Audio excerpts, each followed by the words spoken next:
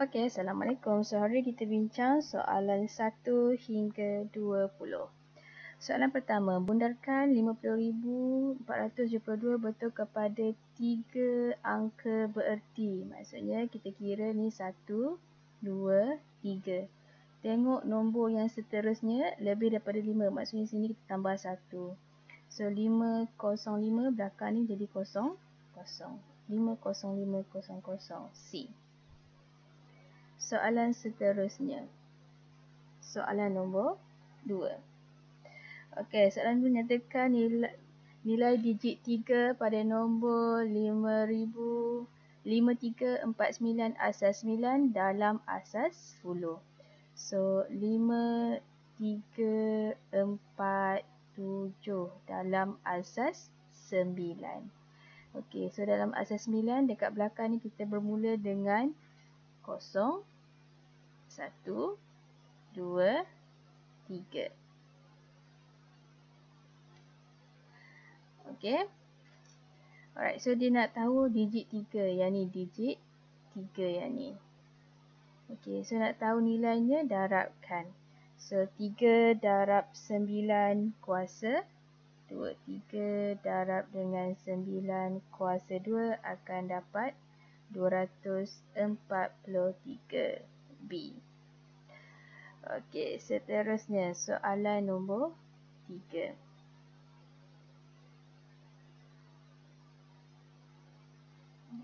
Sikit. Seorang jurutype boleh menaik dalam kadar 90 patah perkataan per minit. Hitung bilangan perkataan yang boleh ditaik dalam jangka 5 minit 30 saat. Beri dalam bentuk piawai. Yang pertama, tukar dulu 5 minit 30 saat ini dalam minit. 30 saat ni 30 saat bahagi dengan 60 sebab 1 minit 60 saat dapat 0.5. Maknanya 5 minit 30 saat ni adalah 5.5 minit.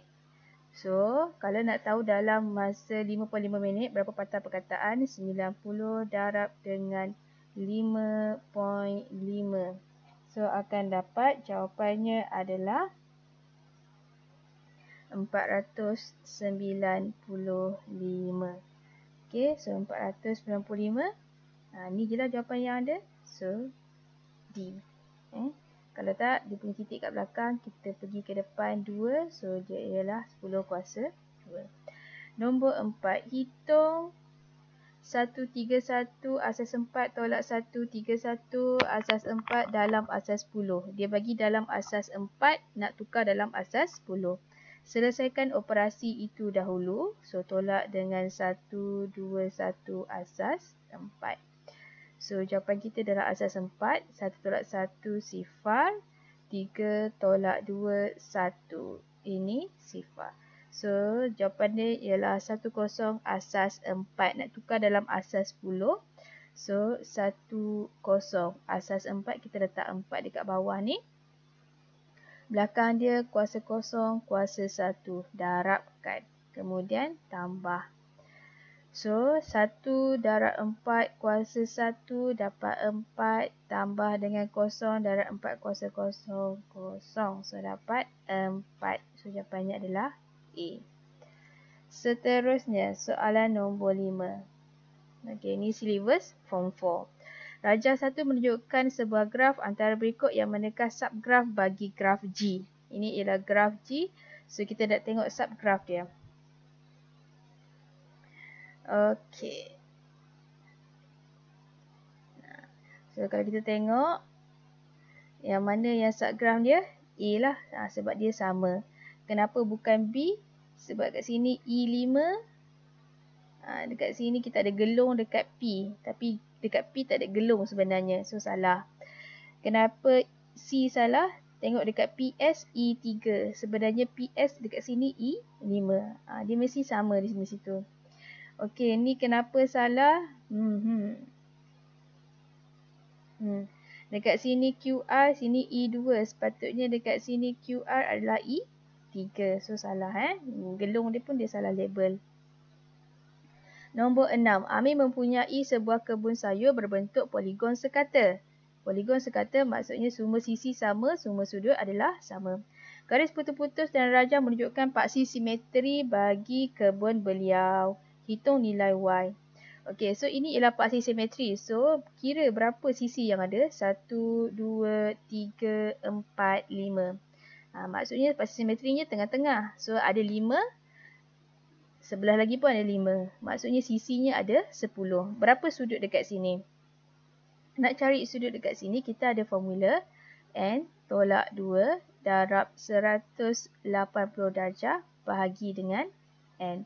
So, N kita 10. 10 tolak 2 darab dengan 180 bahagi dengan 10. So, akan dapat 144.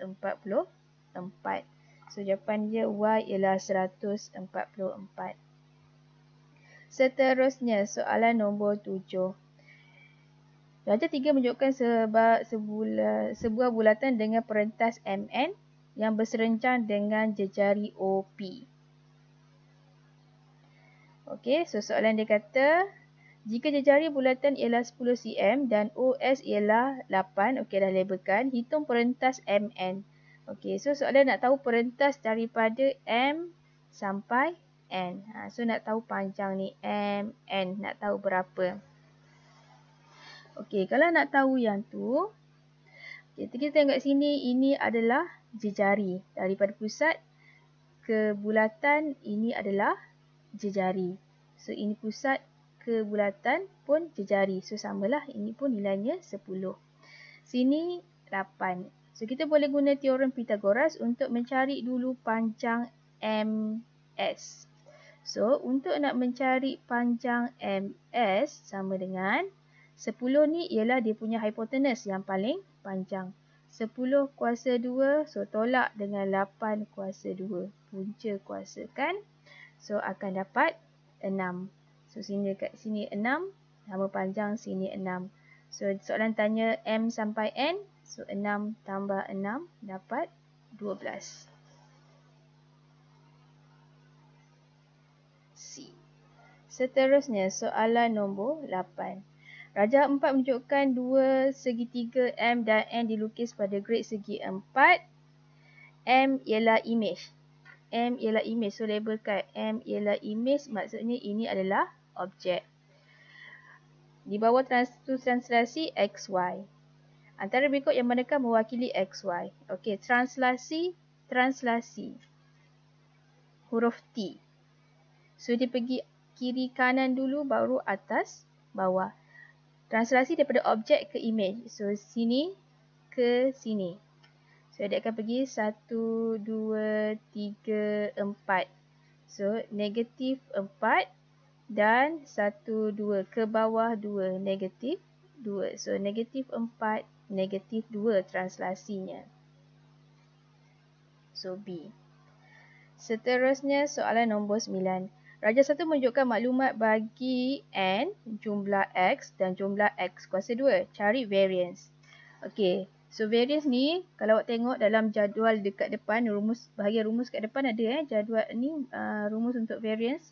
Variance adalah jumlah X kuasa 2 per dengan N tolak dengan min kuasa 2. Okey, disebabkan kita tak ada lagi min, so kita cari dulu min. Ni adalah simbol untuk min, X bar. Min adalah jumlah X bahagi dengan N.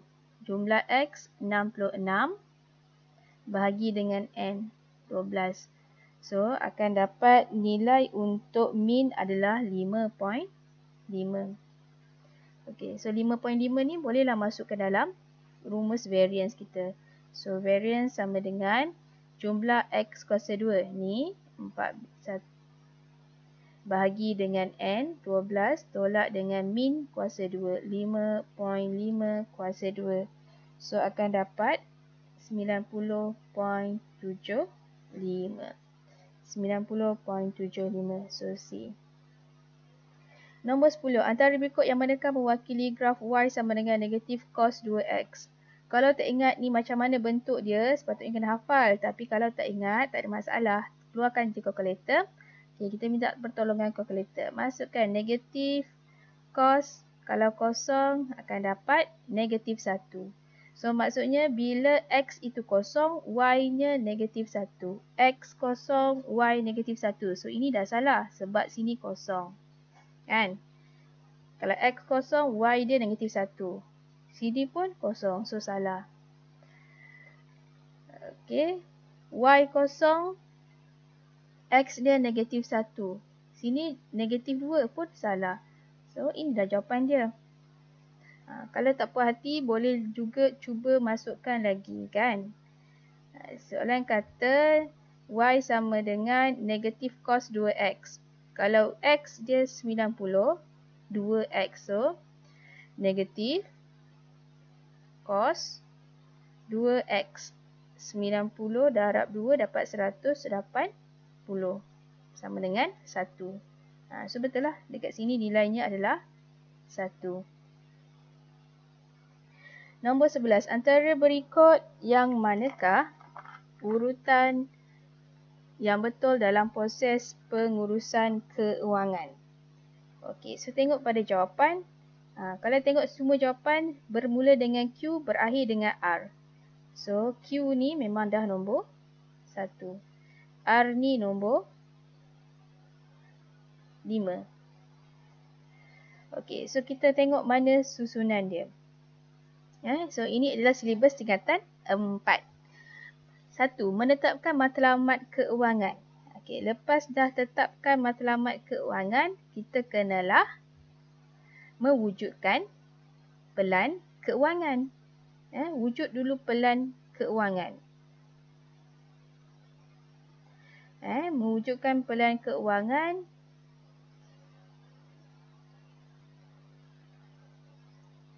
Okey, so bila dah menetapkan matlamat keuangan yang pertama, lepas tu kita kena menilai dulu. Ini adalah nombor 2.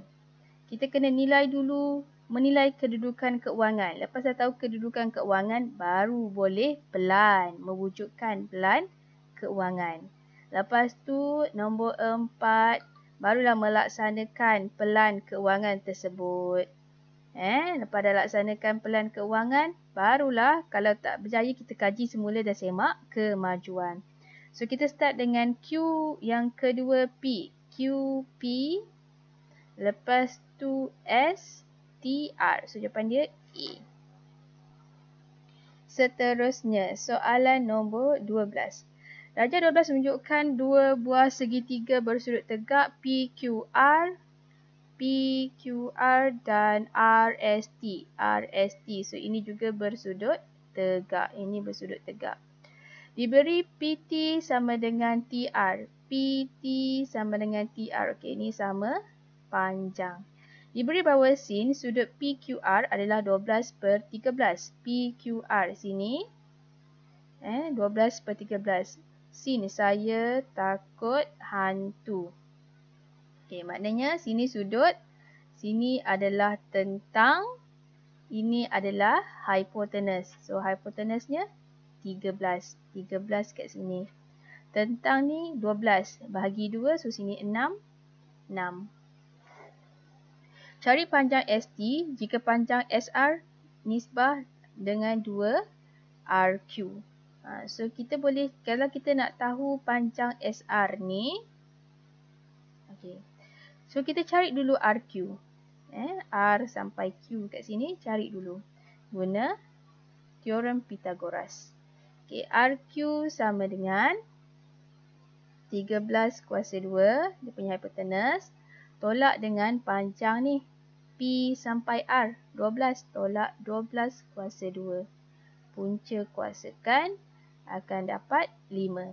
So, sini P sampai Q adalah 5. Kalau sini 5, SR tu 2.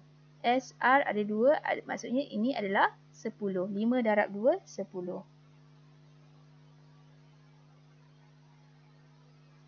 Soalan tanya cari panjang ST. So, kita nak tahu S sampai T. Okey, so kita nak tahu S sampai T. So, kita carilah. ST sama dengan sini 10, sini 6. So 10 kuasa 2 tolak dengan 6 kuasa 2 punca kuasa. So akan dapat ST itu adalah 8. C. Seterusnya nombor 13. Okey. Sebagai satu pecahan dalam bentuk termudah. Okey, so kita selesaikan 3PQ per dengan M darab dengan, kalau kat sini tengok ada MM. So kita boleh faktorkan terus. M, N tambah Q. Faktor tu maksud kita keluarkan. M ni kita keluarkan. Tinggal apa? Tinggal M tambah Q. So N tambah Q. Per dengan PQ kuasa 2. PQ kuasa 2, Q tu maksudnya ada 2Q. Ni maksud PQ kuasa 2. So kita potong mana yang boleh potong, atas, bawah. Dalam kurungan tak boleh potong. Dia kebal, tak boleh potong. So P, Q, Q. So itulah jawapan kita. 3 kurungan N tambah Q per dengan Q. So kita tengok mana jawapan. Ni kalau tengok ni jangan tertipu. Ni bawah ni P. Sebenarnya bawah ni Q sebenarnya. So kita cari mana bawahnya Q. Inilah jawapan dia. Kenapa saya kata macam tu? Sebenarnya kalau kita buka balik, sini akan jadi 3N tambah dengan 3 darab Q, 3Q per dengan Q. So B lah jawapan dia. Nombor 14. Rajah 14 menunjukkan dua tiang tegak ST dan QR berdiri pada satu sata mengufuk. Tinggi tiang ST ialah 30 cm. ST ialah 30 cm. Dan jarak antara tiang ST dan QR ialah 15 cm. Diberi sudut tunduk bagi bucu T dari sudut dongak dari bucu T bagi bucu T dari bucu R ialah 45. So sambungkan T dan juga R. Sudut dongak. So dekat sini sudut dongaknya ialah 45 darjah. Hitung tinggi dalam meter QR. So nak tahu QR kat sini, maksudnya kita tahulah sini berapa tinggi dia. Sini berapa tinggi dia. Okay, so sini sampai sini 15 cm.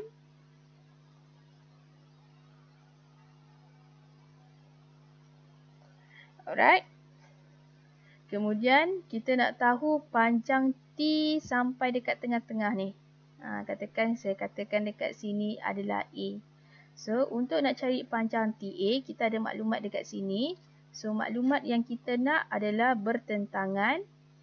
Dan juga kita ada maklumat sedia ada adalah sebelah. So kita ada rumus saya takut hantu. Kalau saya hantu, tak takut sangat. Sin, cos dan juga tan. So kita berminat hanya untuk yang ada T dan juga S sahaja. So T dan S kita guna tan. Maksudnya tan 45 sama dengan T ni tak tahu. So kita boleh labelkan X pun boleh. S dia adalah 15. So nak tahu panjang X tersebut adalah 15 tan 45. So tekan sahaja kalkulator, akan dapat nilai 15. 15 sama dengan X. Maksudnya di sini sampai sini adalah 15. So soalan tanya daripada ni P sampai Q. So jawapan dia adalah 30. Panjang sini sampai sini dia kan 30. 30 tolak 15. So dapat 15. Nombor 15. Okey, so disuruh selesaikan, kita kembangkan. X tolak Y, salin dulu soalan. X tambah Y tambah dengan X tolak Y. Okey, so X darab X dapat X kuasa 2. X darab Y XY. Negatif Y darab dengan X, negatif XY. Negatif Y darab dengan Y, negatif Y kuasa 2.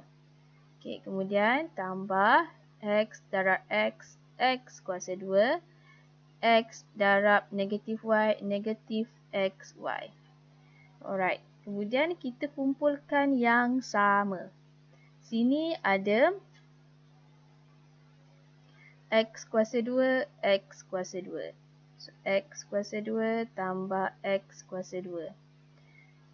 XY tolak XY, kosong. Tolak XY. Tolak Y kuasa 2. So, dapat 2X kuasa 2 tolak XY tolak Y kuasa 2. So, kita cari mana yang sama.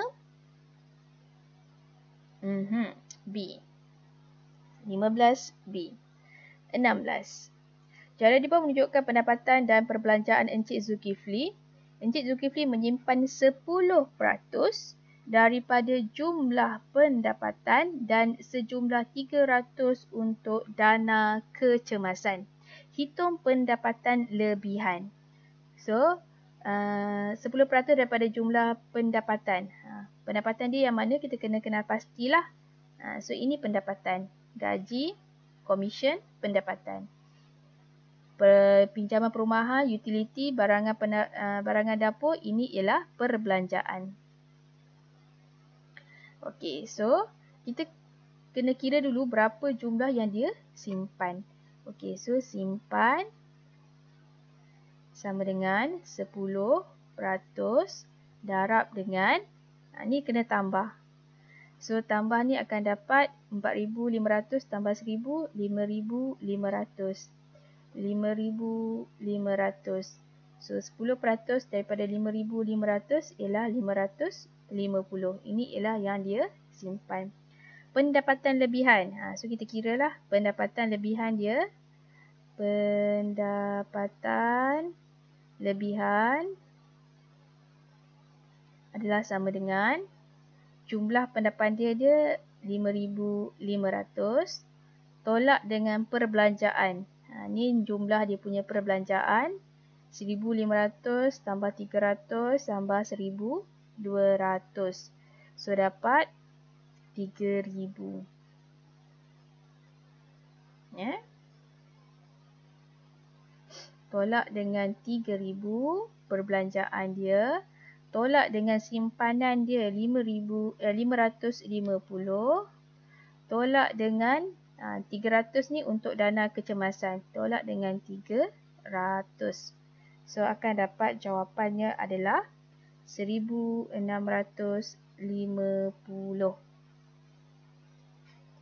Okey, so jawapan ni ialah D.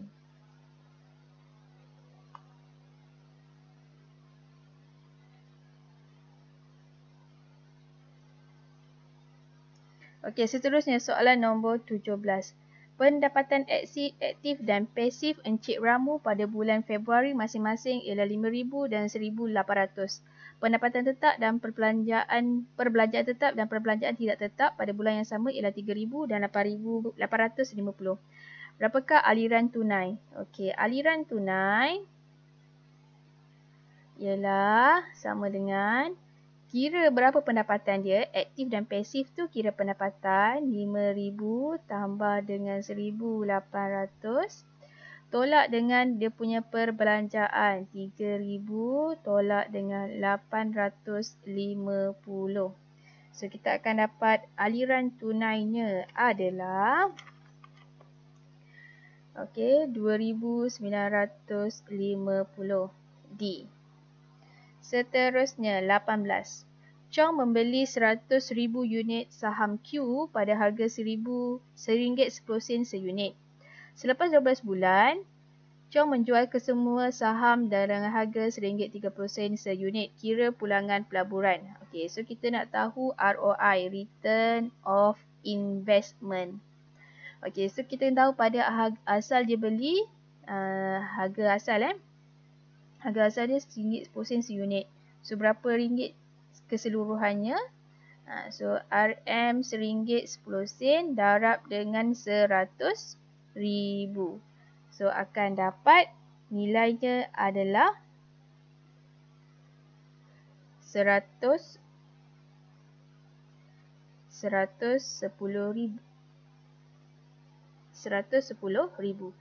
Okey, so harga dia jual balik RM1.30. Maksudnya dia untung 20 sen. So RM 0.20 darab dengan jumlah saham dia 100,000. So dia akan mendapat keuntungan sebanyak RM20,000. So berapa dia punya return of investment dia, ROI dia? ROI. Okey, so ROI adalah jumlah keuntungan 20,000 bahagi dengan harga pelaburan asal yang dia beli tu darab dengan 100%. ROI biasa dikira dalam bentuk peratus. So akan dapat 18.18%.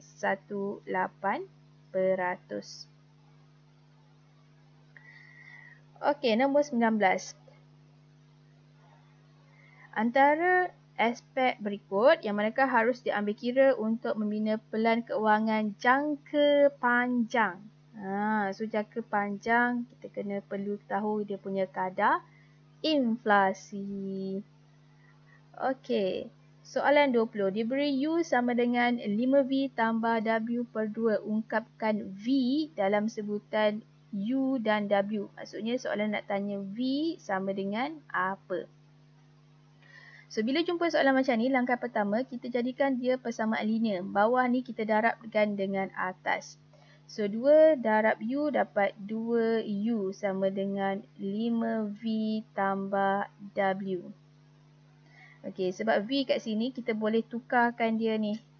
Yang ni pergi sini, yang ni pergi sini. Kita tukarkan, dia akan jadi macam ni. 5V tambah W sama dengan 2U. So, 5V sama dengan 2U. Ini tambah W, bawa sini jadi tolak. So, tolak W. So, V sama dengan 5 dengan V darab, bawa sana jadi bahagi 2U tolak W per 5. So, jawapan kita adalah A.